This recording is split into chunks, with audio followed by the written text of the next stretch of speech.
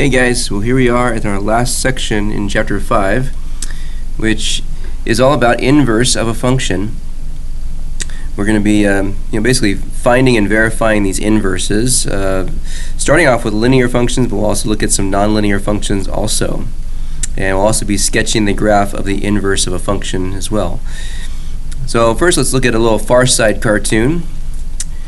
What did I say, Boris? These new uniforms are a crock. You can tell their uniform has a bullseye on it. Alright, so let's get into our inverse of a function. So we're going to go straight into our extra practice. So page 151 in your notes, we have to, for 1 through 3, solve y equals f of x for x. So basically, we need to realize that this f of x or y, these are the same thing. That's what it says, y is equal to f of x. This is a y here.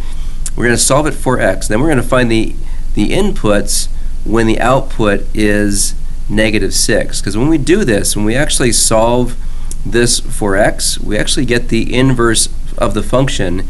And basically, like I said, an inverse is like a flipping. So basically, you're flipping it over, some kind of line of reflection.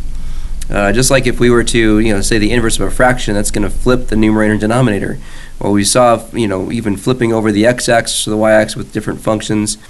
So that's what this kind of is. And basically, your outputs become your inputs become your outputs. We're going to flip that. That's really what we're going to flip in the inverse functions here that we're going to see. So the output is -6. That really is going to now become our input number to plug in. So our output would actually be the y is equal to -6. That's what we're going to plug in for. First of all, we got to make sure that this is a y right here. We're going to solve that for y. So realize that f of x does equal y. So basically, I'm going to just change that to a y here. So y is equal to 2x minus 1, and then solve for x. So we're just going to go through our steps of solving equations here. Just add 1 to isolate for the 2x first. So now I got y plus 1 is equal to 2x, and then divide by 2. So y plus 1 over 2 is equal to the x. So there's my solution for x, y plus 1 over 2. So that technically really is the inverse function right there. And now we can see that the output, which is the y typically, is now the input of the function. So we're going to plug 6 in for here, and we're just going to say -6 plus 1. That's going to give us -5 over 2. There's our input number. The x number would actually be -5 over 2. Remember, typically the input is the x, the output is the y. This case, the output's the one we're actually going to plug in because we're doing the inverse. Same thing here. This is going to become a y for number 2, and then we're just going to solve. First, we're going to get the x squared by itself. So first, by subtracting 1, so y minus 1 equals a -x squared. And then we need to change the signs here, so that makes this a positive x squared.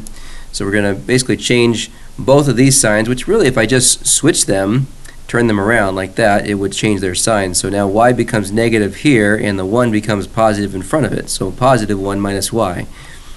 And then to basically undo a square, we have to undo it with a root. So we're going to do the square root on this one. So we're going to take the square root of both sides now of this. And when we do that, we'll get the x by itself, and x is going to equal the square root of y plus 1. But we do need to remember always when we take the square root of both sides, we're going to see plus or minus in front of that square root. So that's the final answer for x, which this case could be the inverse of the function. We're now going to plug -6 inside here. So -6 goes in there, so it's going to be 1 minus a -6. That'll actually become a positive 7 now. So it's going to be plus or minus the square root of 7 is our answer for the input. So find the inputs. The inputs for the x numbers would be positive and negative square root of 7. And then the number 3 here, starting off with just changing that to a y first. So f of x does equal y. And then we'll start solving for this. We need to first move the 2 to the other side. Subtract 2 first from both sides to get this part where the x is by itself. So y minus 2 now is equal to x minus 1 to the 3rd power. We got to get rid of this 3rd power, so it means we have to take the cube root of both sides. So we're going to take the cube root of both sides. So now we're going to have the cube root of y minus 2 here. And now this x minus 1 will be released from the parenthesis. And the last thing to do to solve for x is just add 1 to both sides. So that's not going to be added to what's inside here. That's going to be on the outside of our radical. So it's when we add 1 to both sides, I can't actually combine that with negative 2 because that's underneath. That part's locked in. And so it's just going to be that part there plus a 1. So you just got to put the plus 1 after the radical. And now we plug in our negative 6 right in here for the y. So negative 6 minus 2 on the inside there. That's going to make a negative 8.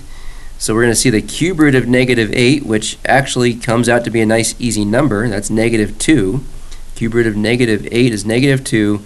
And now negative 2 plus 1, the answer there would be negative 1.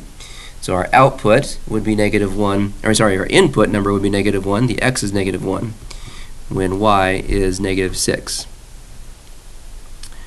Okay, moving on, we're going to look at page 150. So look back at that 150 page, just one page back. And there's a vocabulary for inverse functions. All you need to do is just write this quick little thing here, functions that undo each other. That's inverse functions. They undo each other. So basically the inverse function, like I said, is really where you're going to switch the x and the y. And that's another thing you actually can say. I would probably say that as well, is that you're going to switch x and y. So if I was to underline this part right here, you're going to switch the x and the y. Switch the roles of x and y. I'd underline that part or write that down also for inverse functions. That's really what we're flipping or switching in this case, is the x and the y in our functions, or even in the ordered pairs of the functions. Here's a quick little one where you can see that happening. So here's two functions. All the ordered pairs here, the little table of values is written out for each one. So in blue we have here 5 ordered pairs that would make up this straight line. So these are both linear functions. And if you notice, this right here, negative 2, negative 1, on the inverse function they're just switched. Now it's negative 1, negative 2. They're all in fact exactly switched. 0, 3, now it's 3, 0. 1, 5, it's 5, 1. So these are all just switching the x and the y. That creates the inverse function. And we'll see a couple problems like that coming up. Okay, back on page 151, 4 to 6. This is find the inverse of the function, then graph the function and its inverse. So these are going to be linear functions. We're just going to see graphing lines on these ones. So you can draw your coordinate planes as I have them here on all 3 of your graphs, and these for making coordinate planes. We'll graph this after we find the inverse of the function. So the inverse actually has a notation, and you can see it like this. So if it has f of x like this, you may see it sometimes as being f to this little negative 1 of x. That would mean the inverse function of f of x. So if this is f of x, this would be the inverse of f of x. That's how we would just call that, the inverse of f of x. Now if you have y, if you're going to say it in terms of y, it would be like a y to a negative 1 would just be the inverse of y. So if you see that little negative 1 up here on the function notation, either in this way or with just y, that just means it's the inverse function of that. Okay, so first of all, what we want to do is we want to change our f of x. Every single time we see f of x here, we're going to want to change that to y. I'm just going to write it right over the f of x here. So make that into our y. So we see y equals 10x. That makes it easier for us to solve here for x. And that's what it says over here. Solve for x, then switch x and y. So that's what we want to do. We want to solve this equation for x. So we need to see the x and the y in the equation first, though. So that's why I did this. And then solve it for x, and then switch the x and the y. So first of all, I'm going to divide by 10 to solve for x. And we need to recognize that there's a 1 in front of this y, really giving us a fraction of 1/10 over here in front of the y. So I'm going to write this down right below our coordinate plane. So our x now, by itself, because the 10s are canceling each other, x now equals 1/10 y. So that's solving for x, just like we did on 1 through 3. But now we're going to go one step further. We're going to switch the x and the y. And it will look like this now. And we're going to make it an inverse notation. So as we switch the x to the y, we're going to give the y a negative 1. So now this is the inverse of y, which is a 1/10 x. That way it's still a function with x in the function, but this notates that it's the inverse function of our original up here. If this is y equals 10x, then 1/10 x would be the inverse of that. Okay, so we're going to graph this now, and we need to have a line of reflection. Like I said, we're flipping these graphs over a line of reflection, just like we saw in reflections before, except the inverse functions have to specifically flip over this line of reflection. It's the x, or y equals x line. That's the line of reflection, which is just a it's just a diagonal line going straight through this way right here. I'm going to use a dashed line to show that. So that's our line of reflection. This is the y equals x line. So it's like it's just a linear function. Slope would be 1, so it's 1 over 1 every time, and that's our line of reflection. So we're going to have one line going one way, and it's going to reflect over going the other way. We can do a quick one on this one. 10 is our slope for y equals 10x. So our y-intercept is going to be at 0. We can put that point down right there. And we're going to go by every box being 2. As you can see, I notated it here. So if I go rise 10 and then run 1, right? This would be 10 over 1 actually for a slope. So rise 10, it puts me all the way up here. Run 1 goes half a box, and then I'll see there's that line going through there. So I just need those 2 points, and I can draw a line straight through it. I can go this way, down 10 and left 1, and get the same line. So there's that line. That's the original. The inverse function I'll do in blue.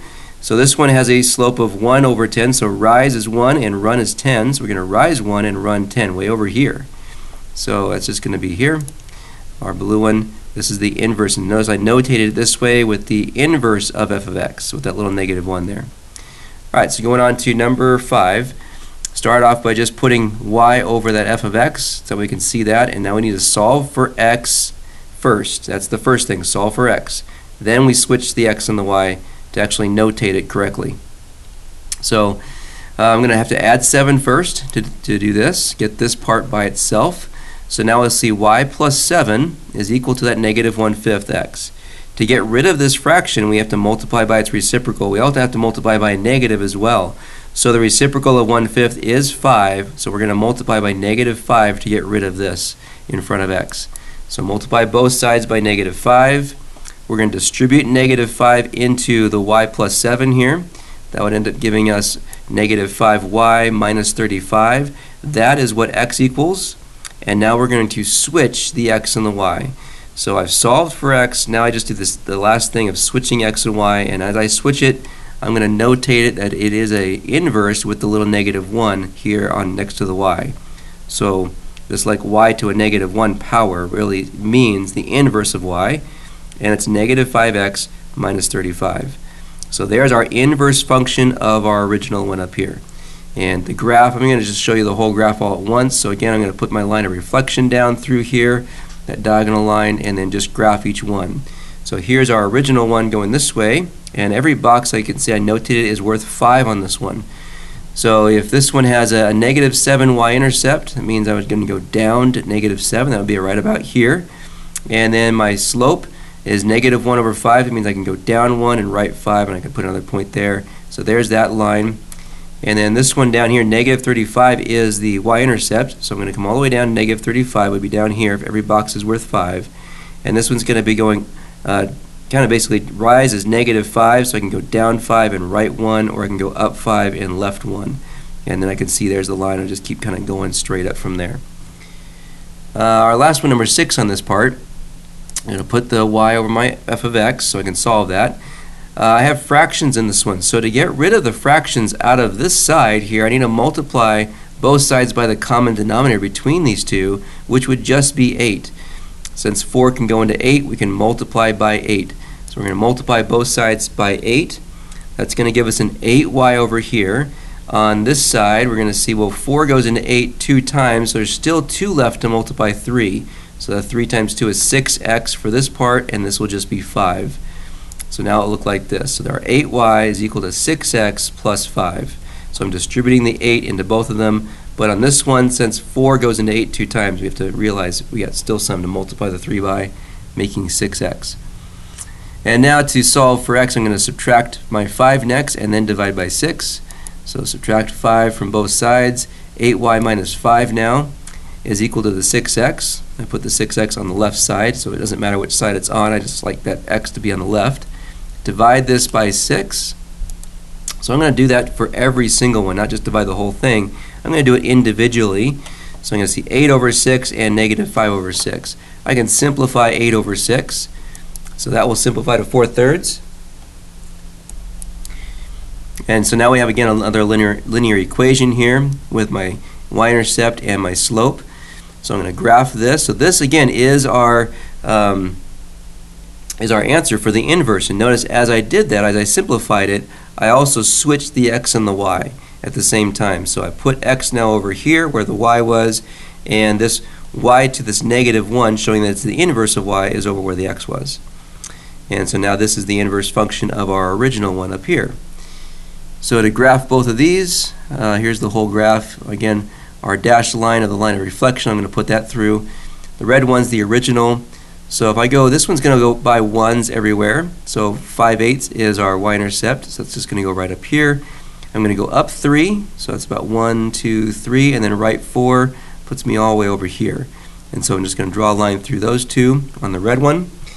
And then for the blue one, negative 5, 6, coming right down here, almost at 1, almost at -1.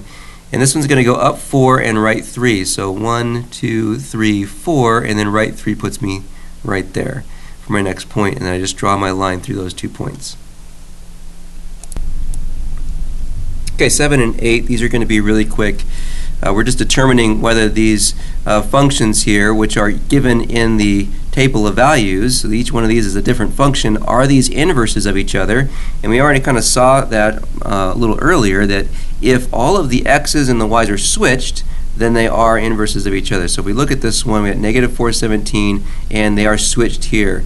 And this next one, they're switched down below, negative 2, 9, if these are switched. 1, 5, then we have 5, negative 1. And then 0, 1, 1, 0, these are switched. Everything is switched. 1, negative 3, 1. That's a positive 1 actually there. I think on your paper it was negative. It really should have been positive though. Let's make that positive 1.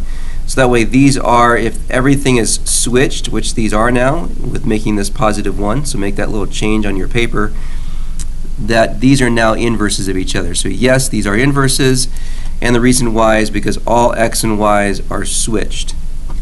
It says explain your reasoning, so I just explained it with that. And if we look at this one, 1, negative 1, so negative 1, 1. So far they're switched on the first one, but when we come to the second one, they are not switched. These are not the switching of that. So these ones are not inverses, and the reason why is because x and y are not switched. So they're not all switched everywhere. Alright, so a little break for our joke of the day. What is a dog's favorite school subject? Well, obviously that would be dography. Dography. Okay, so we're going to now see some nonlinear functions. These are now, like these ones are quadratics here, or these ones are cubics on this one. And we're going to notice that they're not always going to be functions. It says in previous examples, the inverses of linear functions were also functions. That because, you know, the inverse of a linear function is still a linear function, which all linear functions are functions. However, inverses are not always functions. And that's what we're going to see here, that the inverse of the f of x, or sorry, I should say not f of x, the inverse of this one here, the x squared, the inverse of that is not a function, but the inverse of x to the third is a function. So here's our one for x squared, the parabola going here. That's a function, but this one is not a function. And the way we can tell is by a vertical line test. That's why I have a vertical line here.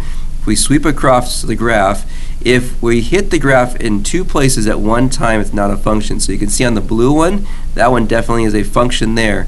But as soon as we get into the red one, we can see it's not a function. It's hitting top and bottom, so that's not a function. So we come over to the cubed ones.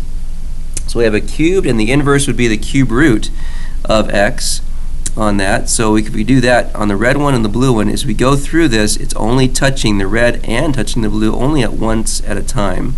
So both of those are functions. It's not touching 2 places on the red at the same time or 2 places on the blue one at the same time. Okay, so now we're over on page 152, number 9 and 10. We're doing the similar thing as we did before with find the inverse, then graph the function in its inverse, except these are not going to be linear functions, as you can see. So the first thing is still going to be just changing the f of x to a y, so we'll do that first. And then we'll still do this. We're going to solve for x and then switch x and y at the very end. So we're going to solve for x here. And so to do that, we'll see, well, we have, in fact, on this one, actually switched x and y first. So you can do that now too. So you can actually switch x and y. In fact, let me change this. Well, I'm not going to change it right now, but I could change that, and I could switch the x and y. I could do it backwards, switch x and y, and then just and then solve for the y, and that's what I'm doing here. So I'm going to switch the x and the y, and then solve for y. So what I'm going to see here is I'm going to take the cube root of both sides to get rid of that cube. So I'm going to take the cube root of both sides. That undoes the cube here, lets me have the y plus 2 out, and now I have the cube root of the x on the other side. And now I just got to subtract the 2, and the 2 is going to be on the outside, and minus 2 is on the outside of this cube root of x. And so now we'll see, since we have y here, I can just now say, just put a little -1 with it. So now it's the inverse of y is equal to the cube root of x minus 2. And so that's what I can do there. And the next, or actually let's go ahead and graph this one now. So this one, we still would have a line of reflection. I'm not going to put the line of reflection. I'm just going to go ahead and show you what this would be. So this one's going to be a cubed function. So our first function will look like this. It's got a starting, kind of a starting point or a middle point right here, because the h is -2. There is no k, so it's going to go -2 and 0 right there. And then if you can do another point here as we go up. So the next point could be right there at 4. It looks like it's at 4, but actually we're going by 2s, so this is actually going to be 8. So if I did put in 0 for x right here, 0 for x will make this 2 to the 3rd power. That means it's going to be 8 all the way up. And then doing the same thing coming down, I can get another point all the way down here at -8 when I'm over here at -4. Because if I put -4 inside here, that's going to make this -2. -2 to the 3rd power would be -8 down below here. And then for this one, I could do kind of the same things. So this one was going to have a starting, or a middle point I should say, at 0 for x, but then -2 for the y. And so we'll see that. So there's 0 for x, but -2 for y coming down here. Every box is worth 2. And so we'll see we're coming across here, going this direction like a snake going this way.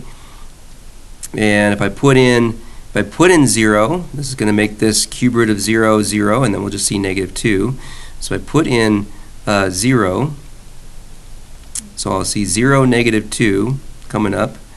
So it's going to be just right there. So -2 is actually over here, yeah. So 0, -2. So if I put in 8 or -8 in for x, if I put in 8 for x, that's going to be 8 right here is going to be 2. Cube root of 8 is 2, and now 2 minus 2 giving me 0. So that's why it's on the x-axis. If I put in -8, the cube root of -8 is -2, and -2 and -2 make -4. So over here I'm going down 4 on this one. So that's why you're seeing it like this. The snake going across the graph is the root. The snake going up and down the graph like this is the cubed function. Okay, so over on this one, you'll notice you have a little stipulation that x is greater than or equal to 0 on this one. And the reason why is because it's a 4th power. The inverse is going to be a 4th root function. So that means that the x cannot be negative then in this one for the inverse. So we're going to just graph this one only with x is greater than 0. So to start off with, we have to start by making the f of x a y.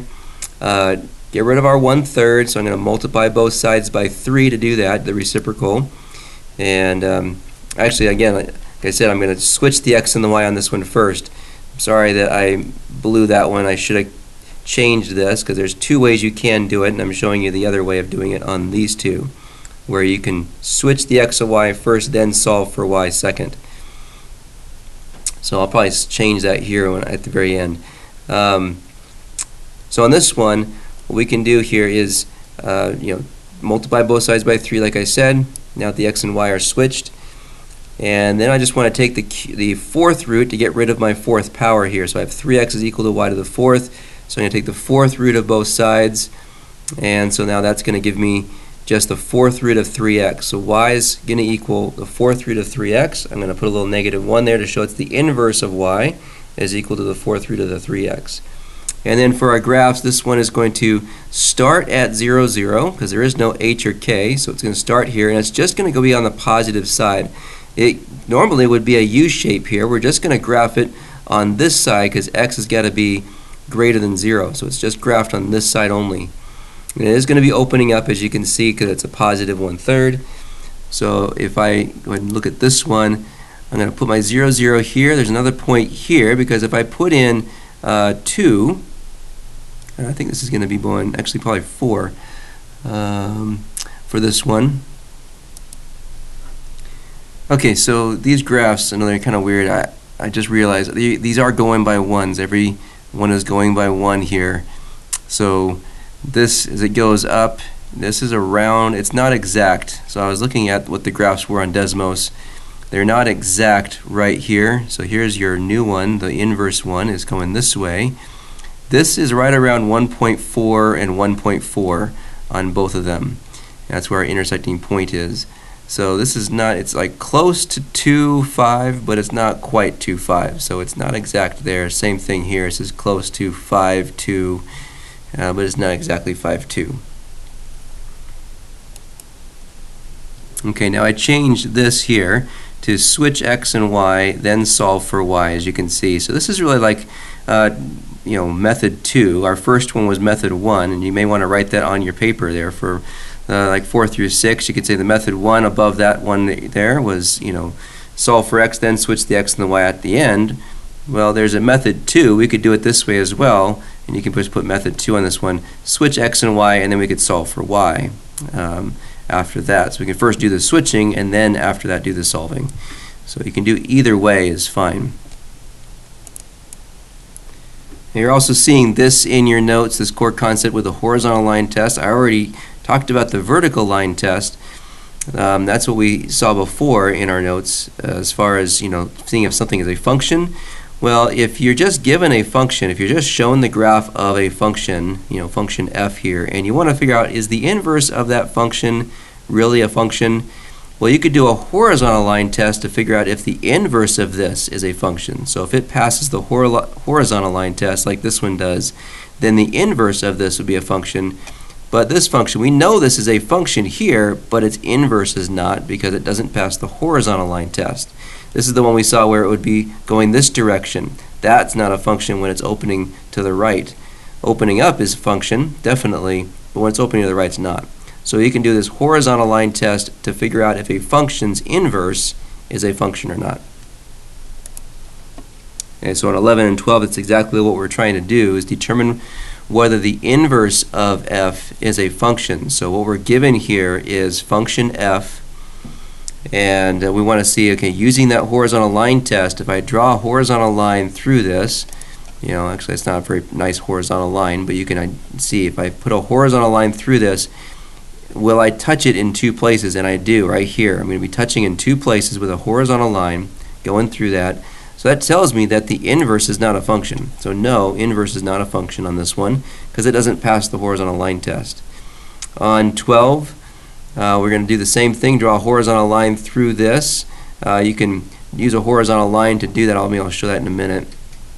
But we can do a horizontal line test to do this. Right there, it's not passing right there. It won't pass. So it's not passing the horizontal line test on this one either because I can draw a line through it and I can hit it more than once. So same reason on this one. No, it's not an inverse of the function. And the reason for both of these is because they do not pass the horizontal line test. So let me just show you again with the horizontal line here on this one. If I drew a horizontal line and just went through the function. So I'm coming down through the function, and you can see right there, yep, I'm hitting it in 2 places. As soon as I enter into the function, I'm hitting it in 2 places, so it fails. You can only hit it at once at a time. This one you start only going once at a time, but as soon as you get to this point, now I'm doing like 3 at a time, hitting it in 3 places. So it fails right in this section right here. So that one definitely fails as well. Okay, here's our last 2 problems. It just wants us to determine whether the functions are inverses. So we saw this kind of same problem with, we were showing the table of values back a few problems earlier. But now in this one, 13 and 14, they're showing us the actual function, f of x and g of x, and now this one takes a little more time to tell whether these are actually inverses. We can't just look at their x's and y's and see if they're switched like before. So there's a couple ways we can do this. We can do it the same way as we've done before, like we could switch the x and the y, like figure out, take one of these and switch x and y and then see if that matches the other one. And I'll do that on number 14. But there is one other way we can do this just to determine, and that's actually plugging one function into the other. So that would be doing something like this. If we said f of g of x, so we're going to input the g of x function, this one right here. If we plug this in, 4x right up here. So if I replace this x in this with this function here, on the top of this fraction, multiply it by 4, divide by 5, subtract 1, will it equal x? If I do all that, will it simplify down to just equaling x? If it does, then it's an inverse. If it doesn't, then it's not an inverse.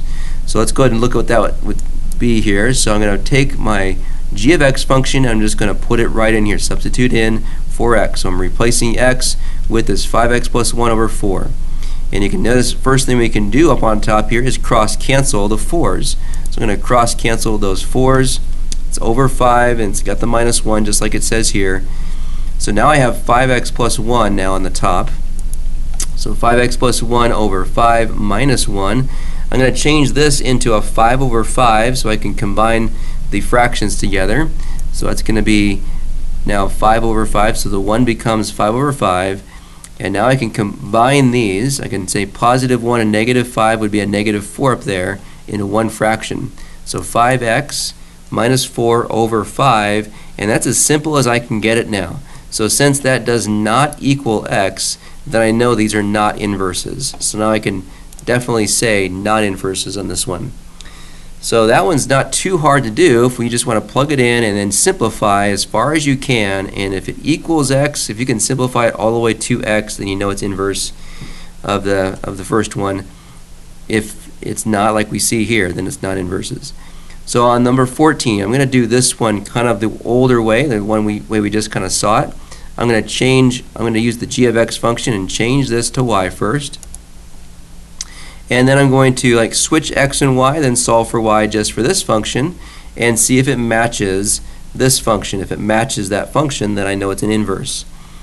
So as I go through that process of switching x and y and solving for y and so on, the first thing I'm going to do here is this 1/5 exponent, I'm going to change that to a radical and make it a 5th root. And so then I'm going to just start to subtract. And this one I'm actually keeping the y here and keeping the x over here right now. And I'm just going to start to solve for the x first. And so then we're going to click coming down. So now it's going to be y minus 2. Here my 2's canceled out. So now I have this radical on one side. I need to get rid of the radical to solve for x. So I'm really using method 1, I guess you could say, when I'm doing this one. I'm solving for the x, then I could switch the x and the y. So it's going to raise both of these to the 5th power. And now I have y minus 2 to the 5th power. And over here, that's going to undo this root over here. It gives me 6 minus x out. Okay, so I'm going to bring this up to here. So I have my y minus 2 to the 5th equal to 6 minus x. I need to move the 6 to this side, so I'm going to subtract 6 from both sides. And so now it's going to give me a y minus 2 to the 5th with a negative 6 after it. So that's what it looks like now, y minus 2 to the 5th with this minus 6. And it's equal to negative x. I cancel the 6's out, but I still have a negative x here. So what I need to do is change the signs. I need to multiply basically both of these by negative. Multiply this by negative to make this x positive, and I got to basically distribute the negative to this part and to the 6. So I need to put a negative in front of my parenthesis and change the sign of the 6. Basically change the signs of everything here that's in front. So now I have a negative in front of my parenthesis, my 6 changes to positive, my x changes to positive. basically changing all the signs of what's in front, not the one that's inside the parenthesis. That's locked in, so you can't do anything to that. So now the last thing to do would just be to switch the x and the y, because now I got x by itself.